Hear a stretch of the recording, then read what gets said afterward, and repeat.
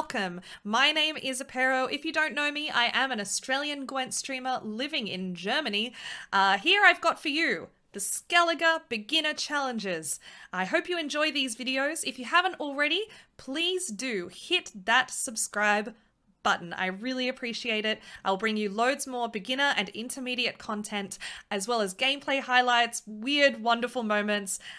These are live recordings from my stream, so if you haven't checked out my stream, check that out too. And yeah, enjoy the videos, and I hope you learn lots. Bye. Now we're going to get started on the 5th challenge for Skellige, Honor Guard. Let's have a read of that. To say Bran's personal guard was loyal is like saying winter in the Isles tends to be rather chilly, or its seas grow a bit choppy during storms. The Skellige maidens who served as his protectors defended their king fiercely, fighting through any injury short of death itself. And sometimes through that as well. Alright, and now it tells us a little bit about our opponent, Arrakis Queen, another monster opponent. The Arrakis Queen tries to amass a mighty army. Try to disrupt this strategy, or focus on building up your own strength. And then it tells us again about Bran, like we read in the last challenge. Use Bran to send cards to the graveyard, then resurrect them when the time is ripe. Okay, so let's get started. Start battle, switch screens. Boom, there we are. Alright, there's Arrakis Queen, Swarm Mother. How do I get that? How do I get that? I want that title. Swarm Mother. Okay. So, what does Arrakis Queen do? Great question. The Arrakis Queen consumes 3 allies and boosts herself by their power. Consuming meaning that you destroy a unit by eating it. So, on their own side. So you can, let's say if our opponent has 3 3-point units on the board. They will basically eat those 3 units and boost itself by 9, making it a 16-point unit, and those 3 units will go to the graveyard. However, what is very important to note is that Arrakis Queen is indeed immune. Like we mentioned earlier for the, oh god, I just had a mental blank. Not wolves, oh gosh, what are they called? Werewolves. The werewolves are immune. So too is Arrakis Queen. That means she cannot be targeted by anything where you select a card. Yeah, only with row effects or overall board effects can she be impacted. So she can still be destroyed with things like Scorch that are a general board effect, but anything where you actually have to select the card, you can't do that with her. Okay, so that's important. Now, they've played the Arrakis Behemoth. The next 4 times you consume a unit, spawn an Arrakis hatchling on a random row. Spawn means you don't need it in your deck. So you do not need to have an Arrakis hatchling in your deck. These are automatically created. They're not drawn, they're not summoned. Yes, they're spawned. That means they just appear out of nowhere. So an Arrakis hatchling will appear. That said, the power of the Arrakis hatchling, just to make things a little more confusing, is that it can summon all Arrakis drones, which are also 3-point units. So you could put 3... Oh, Daniel Temple UK, subscribing. Thank you so much for the sub, my friend. Welcome to the Do Gang. Welcome back to the Do Gang, I should say. Lovely to have you back. Drop those Apero subs, everyone. Submarines everywhere. Thank you so much, Daniel Temple. We're just playing through the newbie challenges, through the beginner challenges. Right now we're on the Skellige challenge, but I'm just explaining what some of the cards do. But we will, yeah, I will say hi properly after this game.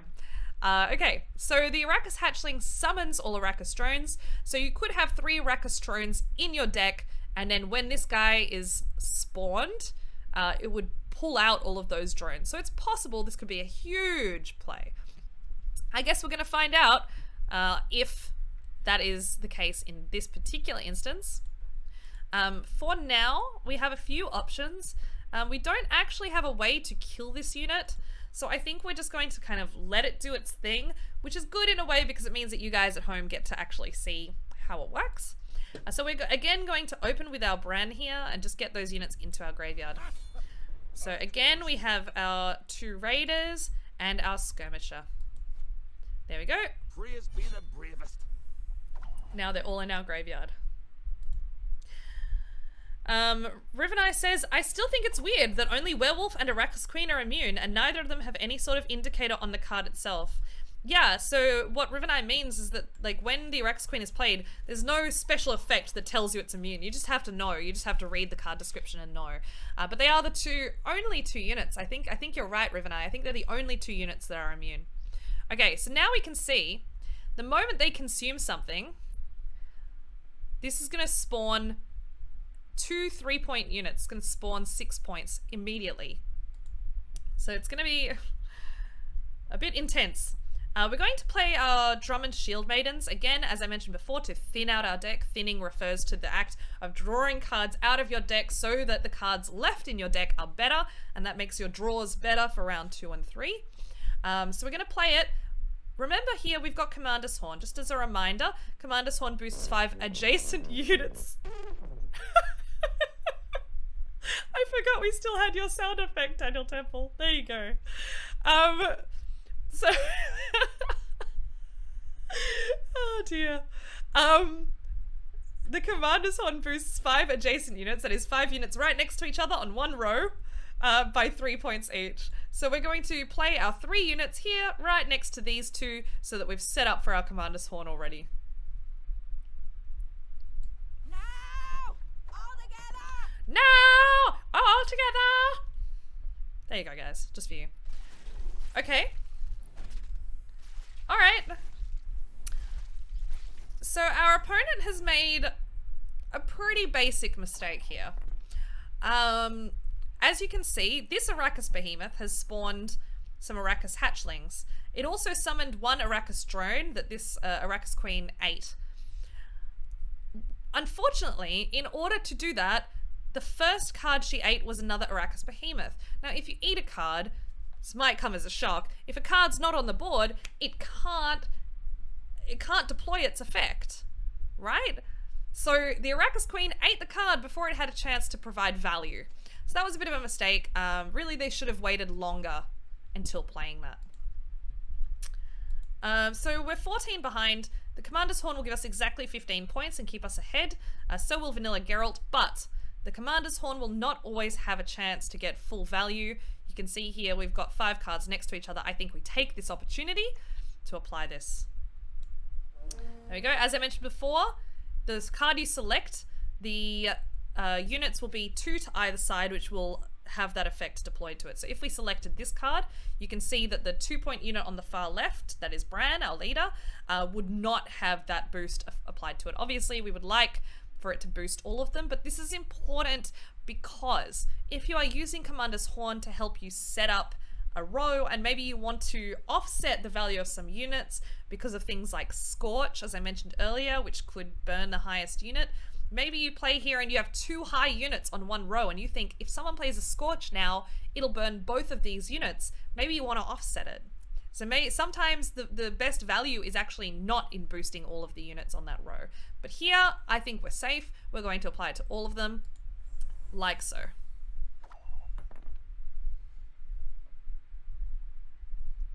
Ah, it's interesting. Daniel Temple just said that apparently Shoop Knight duel an enemy can target and duel immune units. It shouldn't. I don't think it should. I think that's probably a mistake, a bug of some sort, I would guess. Alright, so they just played the Ghoul. The Ghoul is a cool card. It's a really useful card at all levels of play. You'll see it from your first game to your last. Ghoul is a great card. Ghoul consumes a bronze or silver unit from your graveyard and boosts itself by its powers. You can see it's a 4-point unit usually. By the way, if you're playing on PC, the extension I'm using, the extra program I'm using here is called Gwent, and it allows you to actually see the original value of cards. If you don't have this this program installed, you will not be able to see what the original value of a card is, just as a warning. It also provides this little ribbon here that tells you the point differential, and provides actually a running list of the deck here. I just keep it behind my camera for these challenges. So here, it has consumed, right, the Arrakis Behemoth. This was the unit that was eaten by the Queen, so it was in the graveyard. The Ghoul has consumed it and boosted itself by its power, making it a 12-point unit. Okay, so now that we know that, we can see we're still 14 behind. If we want to stay ahead, we've got to play Geralt here. And I like it. I like playing Geralt here. It also means that we can start playing on-crate war criers on him. I don't think it's bad. We could also consider resurrecting our skirmisher. That would give it a boost. I'd take it to 14. We'd be on a 0-point differential. But I like the idea of staying ahead here. Let's get this over with. And of course, Roach comes out. I forgot about that. Which is I always forget about Roach coming out. There we go. All right. This is a card that will either be your favorite or maybe least favorite card in the game, especially at the early stages when it seems almost impossible to defeat. As you get better at Gwent, you'll find it's not actually that bad. But in the early stages, this card drove me mad. I could not work out how to play around it. It was really difficult for me. Maybe not for all of you, but for me, I found it to be a real bane. So the Neckar is actually a 4-point unit. You can see it's 8 right now, and it boosts itself by 1 whenever you consume a card. So it doesn't matter where it is. The only place it can't be is in the graveyard. If it's in the graveyard, it won't boost itself, but in your hand, in your deck, or on the board, it will boost itself by 1 for every unit that is consumed. So the other thing that this has, it's not that bad, right? That's okay. No big deal. But the other ability it has is that when it dies, right, it summons a copy of this unit to the same position. Let's just think about that for a second, right? This means if you have 3 Neckars in your graveyard, sorry, in your deck. If you have 3 Neckars in your deck and they are all boosting themselves every time a unit is consumed, and you have a lot of units such as the Arrakis Queen, and there are several other cards that also do this, that consume a unit and boost by its power, if you have a unit that consumes this Neckar for 8 points and boosts itself by 8, and then another Neckar comes out, suddenly you're in trouble. It's a big point swing, right? If you eat this Arrakis Behemoth, you only gain the value of the card played. If you eat the Neckar, suddenly you've got the value of the Neckar plus the value of another Neckar. So it becomes a bit of a kind of snowbally situation. There's another card called the Neckar Warrior that can actually create duplicates of a card in your deck. When that's combined with this Neckar, it can become a total snowball situation, and it can become very difficult to deal with. So it doesn't look like they've got one of those, so I don't think we need to worry about that right now, but it's really important to be aware of how that card works, because it can be very confusing when you first start and feels very difficult to overcome. We don't have the tools to deal with that, so we're just going to tactfully ignore it for now, but I just wanted to highlight that. What we could do is use Triss to actually just bump its power down, right? Just bump its power down a bit, so that if it is consumed, the boost isn't as much, but it really doesn't make much of a difference. It really doesn't make a difference. We can't use Triss on the Arrakis Queen, but we could use it on any of these 3 units, and its value is essentially the same. But for now, I think we're actually just going to play an on-crate warrior here. Partly to just get a soldier in our graveyard. We know we've got 1 already, which is this one, but if we find more priestesses, we're going to need more than 1 unit, so let's just do that. I also want to mention Geralt Igni again. I spoke to you guys about Igni earlier, and I mentioned that what Igni does is a 5-point gold card that destroys the highest unit on a row. So you can target a row if that row is worth 25 or more. So there are 2 rows that could be applied to at this point. One is here, the 29 pointer, and one is here, the 31. If I had Igni, even though I can't click on Arrakis Queen, because Igni selects a row, I could destroy the Arrakis Queen that way. So you see, this is 29. I play Igni here, or here, or here, doesn't really matter. And I can select that row, and Arrakis Queen will be destroyed. Alternatively, if my opponent has Igni, they could play it on this row, the only row I have that is worth more than 25 points, and it would destroy the 8. If these were all worth 8, then every 8 would be destroyed. That is very important. And that's why often you will see people on streams, for example, trying to unalign rows, or trying to make sure that there aren't 2 units with high power on the same row. That's a basic strategy to kind of avoid cards like Igni. Okay, so we're actually in a position here where we can pass. Again, you remember in some of our first few games, I mentioned that if they have to play another card and they're one card down, that puts us in a very advantageous position and gives us what is called card advantage. The same applies here. We're tied right now, but I have one more card than them. So if they pass here, we get a tie and we move into the second round, but I have advantage anyway. If I pass, they play a card, and then we go into round 2 with them down 2 cards. Either way, it's great. So in this particular instance, we're also going to pass, and then I think they're going to play a card. There we go. So they're playing another ghoul and eating something. And you can see when it consumed something, both of the Neckers boosted themselves by 1 point again because he consumed a card.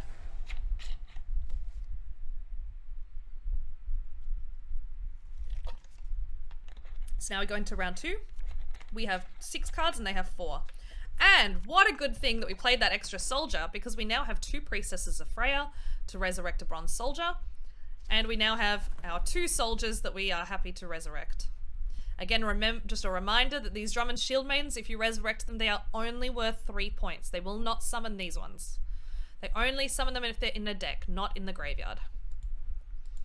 Alright, so they played a basic Arrakis drone. They obviously had this in their hand. They're playing into this round, which is an interesting decision. We're going to use the Priestess, actually, to summon the Skirmisher. This will boost it up to 12 points, because it will strengthen itself by 3. And it will allow us to actually get a 15-pointer in round 3, if we like. It's a strong move. There we go. So now if we resurrect this same card in round 3, it will strengthen itself by 3 again, and we'll get a 15-point card. They're playing very low tempo here. I don't think we have to worry too much. We'll play our 2 weakest cards, which are these 2, I think. We could potentially play our War Criers, but I don't think we need to. I think we might wait and try to pair those with our 15-point bronze in round 3. Hey Mark Theus, how you doing? New name hype? Yeah, thanks. Okay, this is Old Spear Tip. Strengthen all your other Ogroids in hand, deck, and on board by 1. Okay, pretty basic. Any Ogroids, anything with the tag Ogroid that they have in the hand, the deck, or on the board are strengthened by 1. That is, their base power, their permanent power is increased by 1 point. Okay, let's just keep going. Again, we don't need to worry too much about staying ahead because we've got a lot of points ahead right now. Mark there says, I see you didn't go with Aperotheus. No, I didn't. I'm sorry. Okay, so we pass. Easy. We're ahead. We don't need to play any more cards.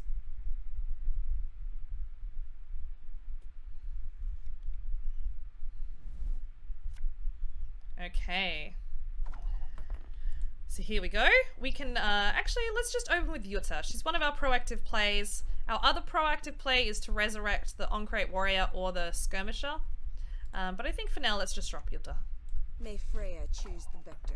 May Freya choose the victor. I can't do her accent. I don't know what it is with that accent.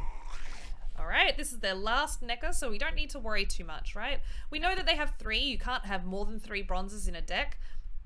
We can see in their graveyard, by right-clicking their graveyard, we can see there's 2 there, right? So we don't need to worry about another one coming out. It's just a 10-point unit now, though it will continue to boost itself for every consume effect that they see. That's important. We could even hit it by 5 if we just want to, just for no other reason than spite, I guess. There you go. Thank you, Triss.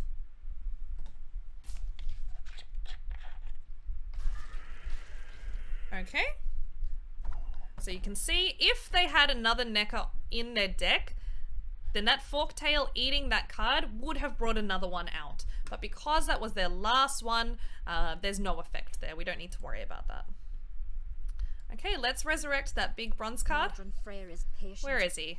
There he is. No insult. Skirmisher is going to boost himself, strengthen himself by 3 more points. Here we go. Up to 15.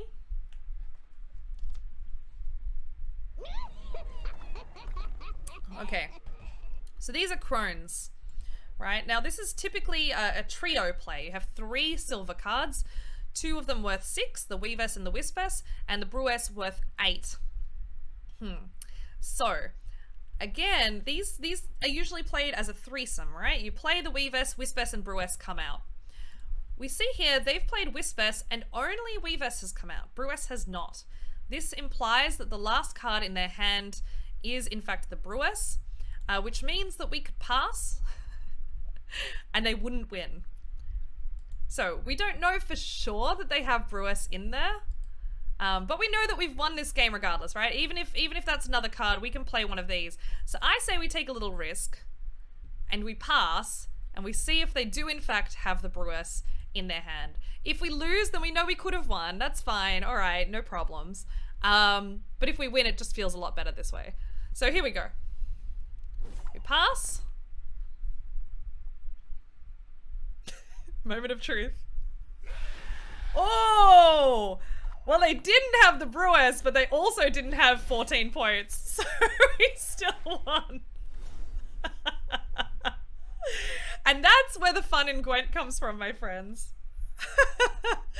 Not when you know you've won, but when you don't know. And I win the thing. Like a boss. Hero pass with 3 cards left. That's right.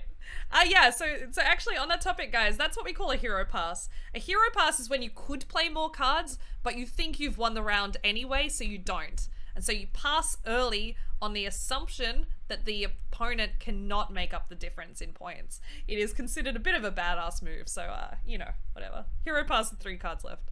But against AI. Hi everyone, me again. I hope you enjoyed this video. Please do hit that subscribe button and I hope to see you on my stream soon. See ya!